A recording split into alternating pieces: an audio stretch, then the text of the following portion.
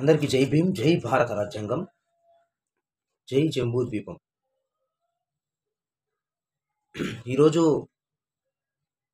ఊరికి అవతల అంటరాని వారిగా బతికి ఎన్నో ఏళ్ల తరబడి కష్టాలు పడుతూ మన తల్లిదండ్రులు మనల్ని పెంచుకొని ఎంతో అంతో చదివించి గొప్పగా బతుకుతున్నాం ఈరోజు అని అంటే కారణం బాబాసాహెబ్ అంబేద్కర్. ఆయన లేకపోతే మనకి బతికే లేదు. మనకు సర్వం ఇచ్చింది బాబాసాహెబ్ అంబేద్కర్. ఒకనాడు జంబూ ద్వీప దేశం అనే ఒక దేశం ఉండేది. జంబూ ద్వీపం ఈ దేశాన్ని పరిపాలించినటువంటి మహారాజుల బిడ్డలం మనం. ఆదిజాంబవంతుని వారసులం మనం. మన మహనీయులు 2500 సంవత్సరాల కింద సామ్రాట్ అశోక చక్రవర్తి రాజ్యం ఉండేది. ఆ రాజ్యం పేరు జంబూ ద్వీపం. ఆ జంబూ ద్వీపం పరిపాలించినటువంటి రాజుల బిడ్డలం మనము. ఈరోజు అంటరాని వారిగా ఎందుకు ఇలా బతుకుతున్నాం? మన చేతిలో ఉన్న రాజ్యం ఎటు వెళ్ళిపోయింది? ఎవరు దోచేయబడ్డారు? మన మీద దాడికి ఎవరు పాల్పడ్డారు? మనము చాలా జ్ఞానవంతులుగా బతికేవాళ్ళు. ఈ జంబూద్వీప రాజ్యములో సస్యశ్యామలంగా ఉన్న ఈ సంపదను ఎవడు కుట్ర పన్నారు? ఆ కుట్రలో మనమంతా బలైపోయినామా? ఇవన్నీ విషయాలను మనం తెలుసుకుందాం. ఒకనాడు ఈ జంబూద్వీప దేశాన్ని పరిపాలించినటువంటి ఆదిజాంబవంతుని వారసులమైన మనము ఈ దేశములో అందరూ సమానంగా బతికేవారు.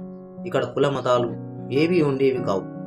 అప్పట్లో చాలా అందరూ ఒక సహజమైనటువంటి ఒక సహజ జీవము, ఒక సంపన్నమైనటువంటి ఒక రాజుల కాలం నాటి చరిత్ర ఇది.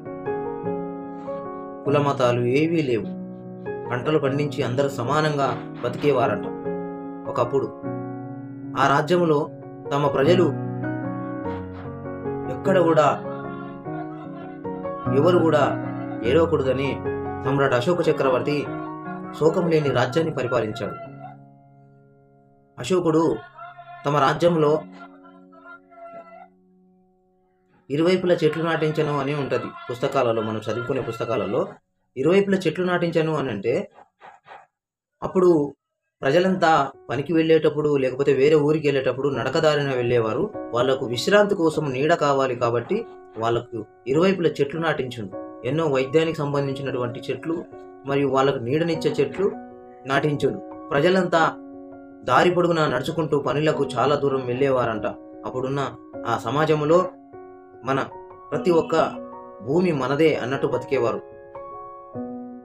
ఉమ్మడి కుటుంబంగా బతికేవారు. అప్పట్లో వాళ్ళకి నా ప్రజలు ఎవరు కూడా ఆకలితో చనిపోకూడదని చెప్పి మధ్యాహ్న భోజనం పెట్టించేవాడంట అశోకుడు. సామ్రాట్ అశోక చక్రవర్తి మధ్యాహ్నం భోజనం పెట్టించేవాడంట. ఇప్పుడు 5 రూపాయల భోజనంగా మొదలైపోయింది కదా హైదరాబాద్లో అక్కడిక్కడ. అది సామ్రాట్ అశోక చక్రవర్తి ఆ టైంలోనే మధ్యాహ్న భోజనం పెట్టించుండు ఉచితంగా. నా ప్రజలు ఎవరు కూడా బాధపడకూడదు, నా ప్రజలు ఏడవకూడదు, నా ప్రజలు ఎవరితో అడుక్కోకూడదు, నా ప్రజలు రాజ్యాన్ని ఏలే క్షత్రియ బిడ్డలాగా బతకాలని అశోకుడు ఆ పరిపాలనలో చాలా ప్రజల్ని చాలా ప్రేమించేవాడంట. పశువులను ఎవరు హింసించేవారు కాదంట. పశు వైద్యశాలను నిర్మించాడు. మొట్టమొదటిగా పశువులకు ఆరోగ్యం సరిగా లేకపోతే వాటికి వైద్యశాలను నిర్మించినటువంటి మొట్టమొదటి చక్రవర్తి అశోకుడు. ఆ చక్రవర్తి జంబూద్వీప రాజ్యాన్ని ఆదిజాంబవంతుడి తర్వాత బుద్ధుడి తర్వాత అశోకుడి తర్వాత ఇట్లా చాలా మంది మహారాజులు ఇక్కడ ఫోటోలో కనిపిస్తున్నటువంటి ఈ మహారాజులంతా మన రాజ్యాన్ని ఏలిన వాళ్ళే, మన మహారాజులు వాళ్ళంతా. బుద్ధుడు, అశోకుడు, సంతు రవిదాసు, కబీర్ దాసు, జ్యోతిరావు పూలే, అంబేద్కరు, కాంచీరాము, రమాబాయి గారు వీళ్ళంతా మన కోసం కష్టపడి మన రాజ్యం కోసం పోరాడినటువంటి, మన బతుకుల కోసం పోరాడినటువంటి వ్యక్తులు.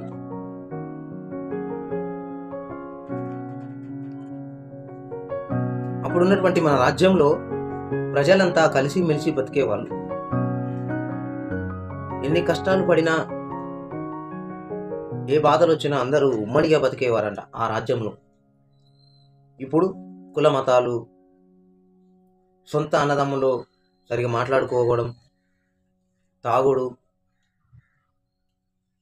అప్పులు చేసి అప్పుల పాలైపోవడం, మన కులంలో ఉన్న వానికి మనోడే అప్పు ఇచ్చి మనల్ని ధ్వంసం చేయడం, ఎన్నో విషయాలలో మనం ఎవరమో తెలుసుకోలేకపోతున్నాం. కాబట్టి మనమంతా ఆరోగ్యంగా ఉండి మళ్ళీ మన రాజ్యాన్ని పరిపాలించే ఒక రాజుల బిడ్డలుగా తయారు కావాలంటే మనం కూడా ఒక రాజులాగా బ్రతకాలి. ఎవరి ముందు మనం చేయి చాపకుండా బ్రతకాలి. మనం చేస్తున్న పనిని మనం ఒక ఆత్మగౌరవంతో మన కుటుంబం కోసం, మన సమాజం కోసం బ్రతకాలి. ఏదేమైనా సరే మనం బతుకుతున్న ఒక బతుకును ఒకడు వేలెత్తి చూపించకుండా బ్రతకాలి, ఒకరికి చేయి చాపకుండా బ్రతకాలి. ఈ జంబూద్వీప దేశాన్ని పరిపాలించినటువంటి మహారాజులు మన కోసం తమ జీవిత కాలాన్ని మన కోసమే పోరాటం చేసి చనిపోయారు. మరి వాళ్ళ కోసం మనం ఏం చేయగలము? మన రాజ్యాన్ని మనం తిరిగి తెచ్చుకోవడమే మన పని. మనం ఏం తినాలి, మనం ఎట్లా బతకాలి, మనం ఆరోగ్యంగా ఉండి అధికారం పుచ్చుకోమన్నాడు అంబేద్కర్. మనం ఆరోగ్యంగా ఉండాలి మొదటగా, తర్వాత అధికారం కోసం పోరాటం చేయాలన్నాడు. మనం ఒక సంఘంగా కూడి ఆ సంఘంలో ఉన్నటువంటి ప్రతి మనిషి తమ సమాజం కోసం పనిచేసే ఒక వ్యక్తిత్వ జ్ఞానాన్ని కలిగి ఉండాలి. ఆ జ్ఞానంతోనే ఈ సమాజంలో ఉన్నటువంటి ప్రజలను సమకూర్చి సమన్వయంగా ఒక ఉద్యమాన్ని నడిపే ఒక కార్యక్రమాన్ని మన కోసం అంబేద్కర్ గారు ఎప్పుడూ రాశారు. ఆ కార్యక్రమాన్ని డాక్టర్ విశారదన్ మహారాజ్ గారు దాదాపు 14 సంవత్సరాల నుంచి ఈ ఉద్యమాన్ని ముందుకు తీసుకొస్తున్నాడు. మన రాజ్యం కోసం, మనము ఆహార నియమాల కోసం, మనము ఒక ఐసీయూలో ఉన్నటువంటి ఒక పేషెంట్ లాంటి వాళ్ళం. కాబట్టి మొదటిగా ఈ ఐసీయూలో ఉన్నటువంటి ఈ మహా అధికారులకు ట్రీట్మెంట్ అందించిన తర్వాత జనరల్లో ఉన్నటువంటి బీసీ వాళ్ళకు కూడా మన పార్టీ కానీ మన ఉద్యమం కానీ పరిచయం చేయాల్సిన అవసరము వస్తుందేమో తెలియదు. కానీ మొదటిగా మనం ఆరోగ్యంగా ఉండాలంటే ఉద్యమం చాలా అవసరం. మనం ఒక సంఘంగా కూడి ఆ సంఘంలో పనిచేసే ప్రతి ఒక్క మనిషి ఆరోగ్యంగా ఉండాలి. రోజు నిమ్మకాయ నీళ్ళు తాగాలి. వారానికి ఒకసారి నువ్వులు కానీ మరియు బెల్లాన్ని తినాలి. ప్రతి ఒక్కసారి మనం చెప్పుకుంటూనే ఉండాలి. వారానికి 3 సార్లు ఆకుకూరలు, వారానికి 3 సార్లు కూరగాయలు తినాలి. మన జంబూద్వీప రాజ్యంలో బెల్లము, నువ్వులు, రాగులు ఇవన్నీ తినేవారట. అవన్నీ తినడం వల్లనే అప్పట్లో ఉన్నటువంటి మన అవ్వలు తాతలు ఎంత గట్టిగా ఉండేవారు చూడండి. ఈ ప్రకృతిలో వచ్చినటువంటి అనేక పదార్థాలను తిని వాళ్ళు అంత గట్టిగా ఉండడం వల్లనే వాళ్ళు వయసు అయ్యేంత వరకు ఉండి చనిపోయిండ్రు.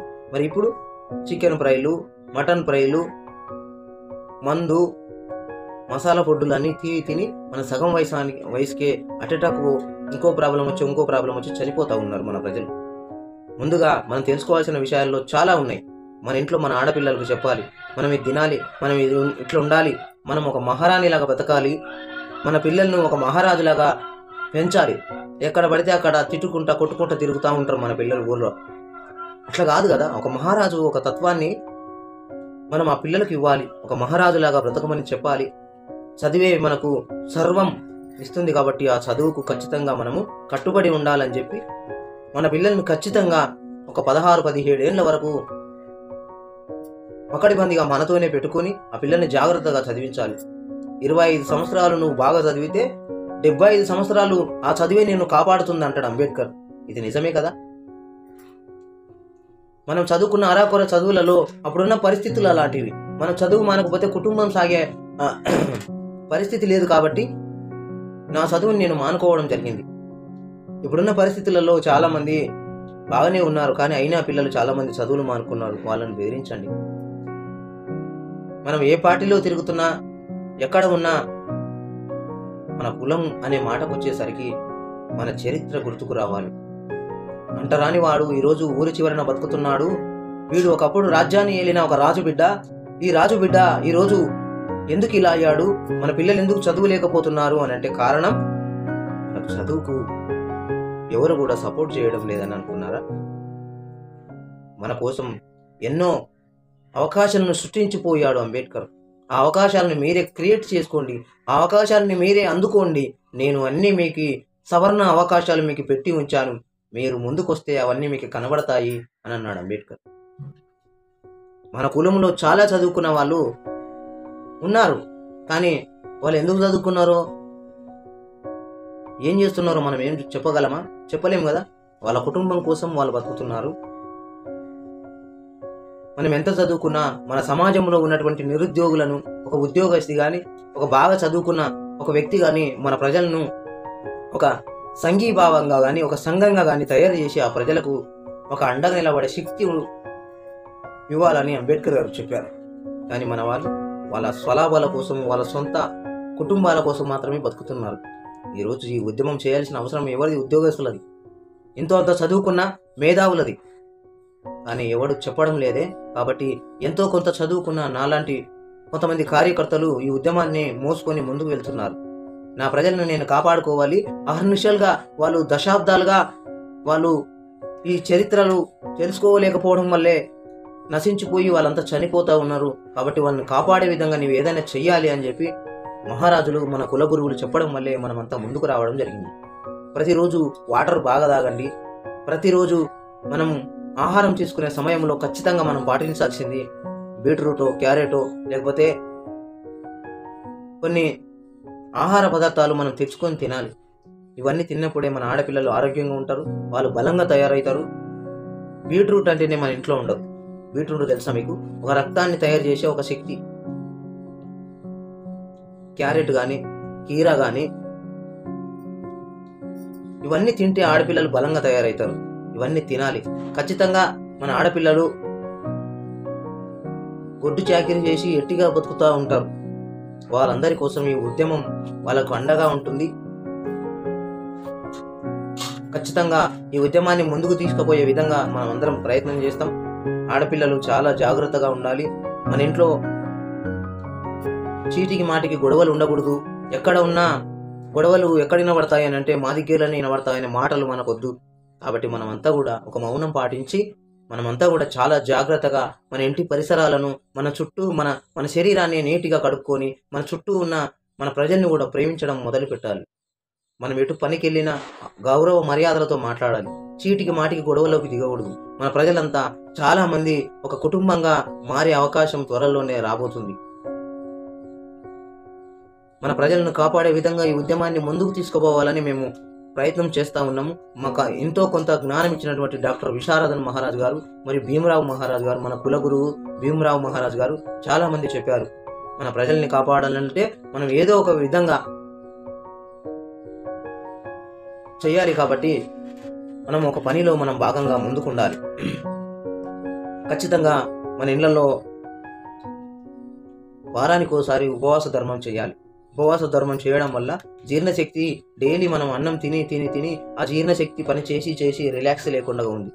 ఉపవాస ధర్మం రోజు మన శరీరంలో ఉన్నటువంటి ఆ ఆహారాన్ని నీటిగా నిమ్మకాయ నీళ్ళతో కడిగి నీటిగా మళ్ళీ శక్తి పుంజుకునే ఒక అవకాశం ఇస్తుంది ఆ ఉపవాస ధర్మం.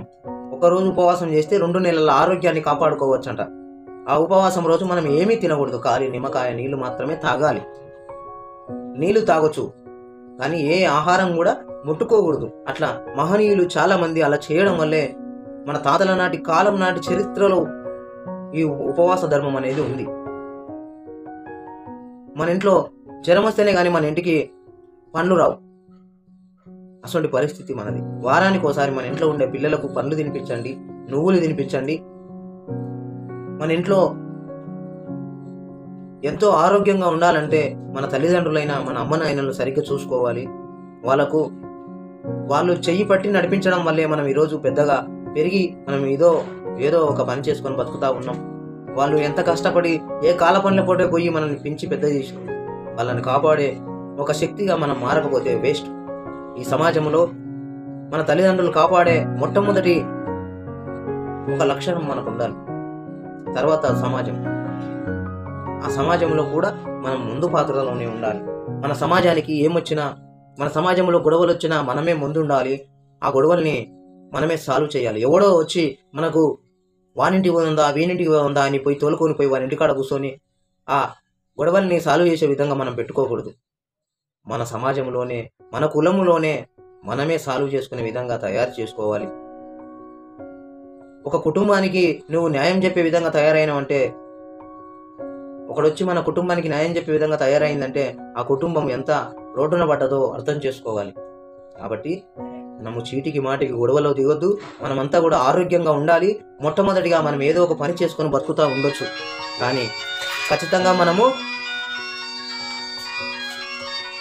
మన పని చేసుకుంటూ మన ప్రజల్ని కాపాడుకుంటూ మన ఉద్యమంలో ముందు వరుసలో నిలబడాల్సిందిగా నేను మనవి చేస్తూ ఉన్నాను. ఈ వీడియో చూస్తున్న ప్రతి ఒక్కరికి నేను తెలియజేయడం ఏమనగా అనంటే, మన కులములో ఉన్న ప్రతి వ్యక్తికి ఈ ఉద్యమాన్ని పరిచయం చేస్తాము. రాబోయే రోజులలో కుల గురువులు మన ఊరికి వస్తారు. ఈ ఉద్యమంలో చాలా ప్రాధాన్యమైనటువంటి ఒక వ్యక్తిత్వ జ్ఞానం ఉంది. ఈ జ్ఞానం ద్వారానే లోకాన్ని ఏలొచ్చు. ఆ లోకంలో మనం మహారాజులుగా బతకొచ్చు. ఆ మహారాజులుగా బతికే ఒక అధికారం రాబోతుంది మన కోసము. కాబట్టి మనమంతా ముందు వరుసలో నిలబడి మనమంతా ఆరోగ్యంగా ఆరోగ్యంతో ఉండాలని కోరుకుంటూ, ఈ ప్రజాస్వామ్య దేశంలో మనం కూడా మహారాజుల్లాగా బతకాలి. ఎవరికి కూడా చేయిచాపకుండా మన కష్టం మనం చేసుకుంటూ బతకాలని, మన జంబూద్వీప రాజ్యాన్ని మళ్ళీ సంపాదించుకోవాలని కోరుకుంటూ మీ అందరికీ నేను మనవి చేస్తున్నాను. అందరూ జాగ్రత్తగా ఉండండి, నీళ్లు బాగా తాగండి. మనమంతా కూడా మన రాజ్యాన్ని, జంబూద్వీప రాజ్యాన్ని మళ్ళీ మన కళ్ళారా చూసి చనిపోయేదాకా ఈ పోరాటం ఆగదు. గుర్తుపెట్టుకో, డాక్టర్ విశారదన్ మహారాజు త్వరలోనే మా భూమి పాదయాత్ర ద్వారా మన ఊరికి రాబోతున్నాడు. ఆ పాదయాత్రలోనే ఏ తీర్మానం చేయబోతున్నాడో ముందుగా తను ప్రకటించబోతున్నాడు. కాబట్టి ప్రతి ఒక్కరు తెలుసుకోవాలి. మన ఉద్యమంలో ఉన్నటువంటి ప్రతి ఒక్కరు కూడా ఈ ఉద్యమాన్ని పరిచయం చేసుకోవాలి. మన కులంలో ఉన్నటువంటి ప్రతి ఒక్కరు కూడా మన సమాజాన్ని ఎటు బతుకుతున్నారు, మనం ఎందుకు ఇలా ఉన్నాము, మనం ఎటు పోతున్నాము, ఇవన్నీ విషయాలు గమనించుకొని మనము పోయే దారి కరెక్టేనా తప్ప అని తెలుసుకొని మనం సగర్వంగా ఈ సమాజంలో మనం కూడా మన సమాజాన్ని కాపాడే ఒక జ్ఞానపరంగా ఒక జ్ఞానవంతులుగా తయారు కావాలని కోరుకుంటూ మీ అందరికీ జై భీమ్, జై జంబూద్వీపం.